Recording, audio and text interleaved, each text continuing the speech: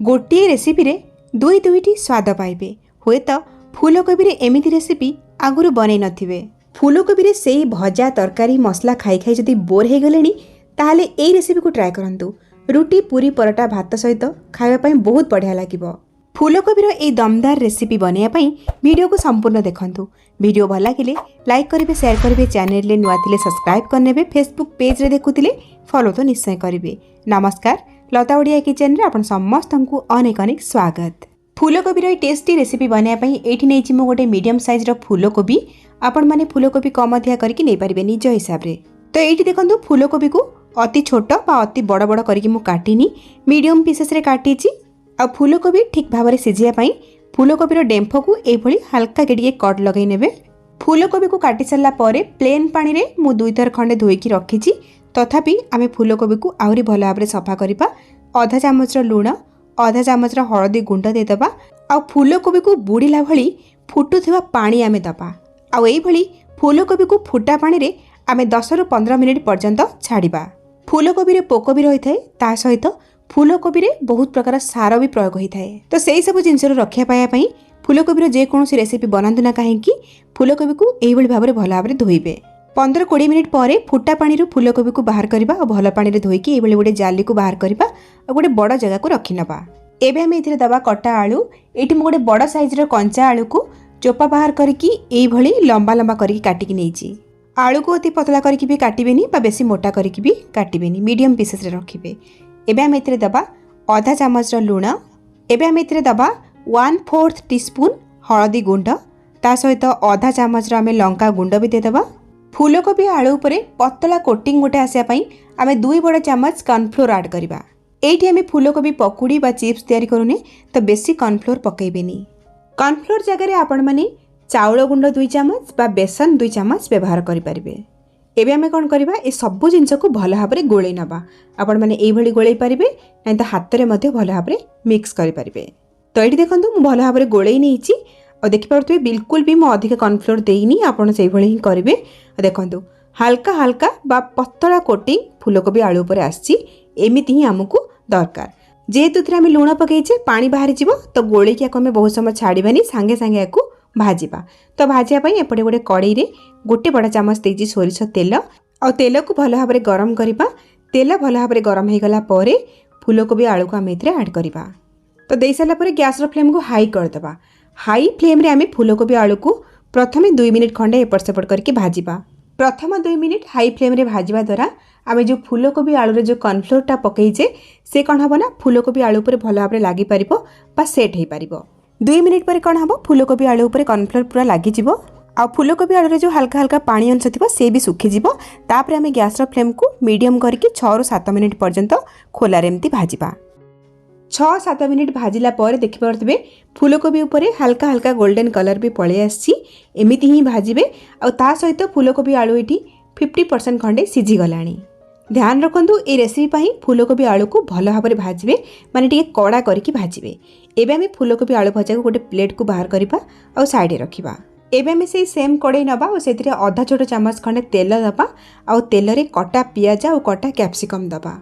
एठी मु गोटे बड़ साइज रो पियाज को लंबा लंबा करी काटिकी नेइछि, किंतु मोटा रखिके काटिछि और सेही भली भाव में कैप्सिकम को मध्ये लंबा लंबा करी काटिछि, किंतु मोटा रे काटिछि। गैस रो फ्लेम को हाई कर दबा। हाई फ्लेम रे आमे गोटे मिनिट खंडे ए पियाज कैप्सिकम को भाजिबा। आमे पियाज कैप्सिकम को अधिका सिझेकी भाजिबा दरकार नहीं, सेथिरे क्रंचीनेस रहिबा दरकार। पियाज कैप्सिकम रो कंचा बासना पळै गला परे आमे काटी रखिथिबा टमाटो दबा। एठी मु गोटे बड़ साइज रो टमाटो को लंबा और मोटा करके काटिकी नेइछि। फ्लेम को से हाई रे रखिबा और टमाटो को बेस समय भाजिबानी। किछि सेकंड पई आमे हाई फ्लेम रे एपट सेपट करके टिके भाजी नबा। माने हमर टमाटो पियाज कैप्सिकम सब ऊपर हल्का हल्का ब्राउन कलर स्पॉट आसीबो ना, बस जानिबे एटा हे गला। बेसी भाजिबेनी सिझेइकी। तो एटा हे गला। गोटे प्लेट को बाहर करके आको मध्ये आमे साइड रखिबा। एबे आमे गोटे मसलाटे आपई रेडी करिबा। सेमती किसी स्पेशल मसला बनैबार नहीं, सिंपल मसला बनैबा।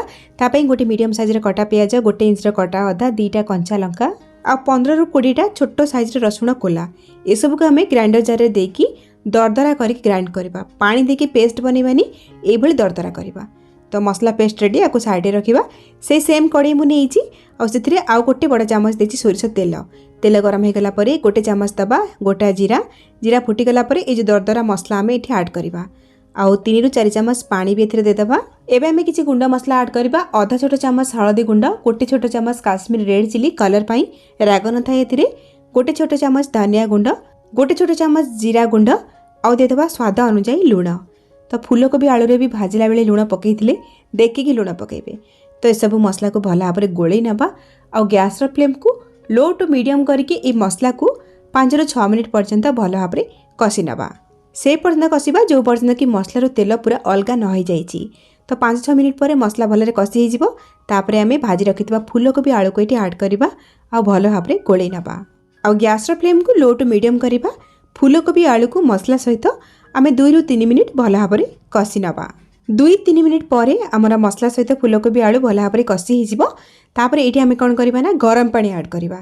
तो ये आम झोल करूने तो आम कौन करवा कम पानी दबा बस फूलकोबी आलू आमर जमी भलरे सीझीज सेमि देखिकी आम पानी दबा। ये 1.5 ग्लास खंडे पानी देइछि पानी देकी भल भाव गोळई नबा आ गोटे फुटा आसला पर्यंत फुटेबा। एभली फुटिगले गैस फ्लेम को लो टू मीडियम करके कवर करके आउ 5 ରୁ 7 मिनिट पर्यंत सीझेबा। जेहेतु फूलकोबी आलू को भाजिला बेले 50% खंडे सीझी जाइछि तो सीझाई बेसी समय लागेनि 5-6 मिनिट पर देखो मु कवर काढ़ी नहीं ये फूलकोबी आलू पूरा सीझी आसलानी आ जतिकी पानी देथिले से पानी भी सुखी आसलानी। ए स्टेज रे आमे भाजी रखिथिबा टमाटो कैप्सिकम आ पियाज को ऐड करबा ता सहित आधा छोट चामच गोलमरिच गुंड देदेबा आउ आधा छोट चामच ये आम गरम मसला दबा।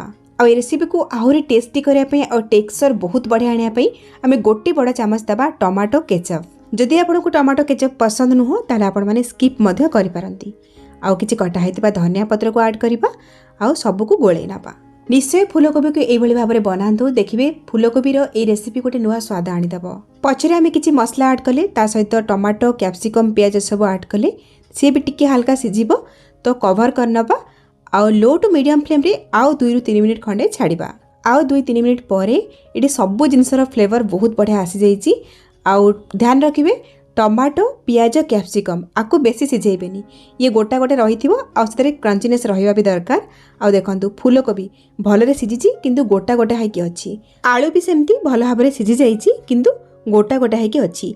ए रेसिपी रे कौनसी जिनस को अत्यधिक सिझे देबेनी सब जिनस सिझिबा दरकार किंतु क्रंचीनेस हल्का रहिबा दरकार। आ रेसिपी रे ग्रेवी रहिबनी बा झोल रहिबनी एमती लटपटी हाइकी रहिबो रुटी पूरी परोटा भात रे खाइबे बहुत बढ़िया लगिबो। एबे हम गैस फ्लेम को ऑफ करबा रेसिपी हमर एकदम रेडी।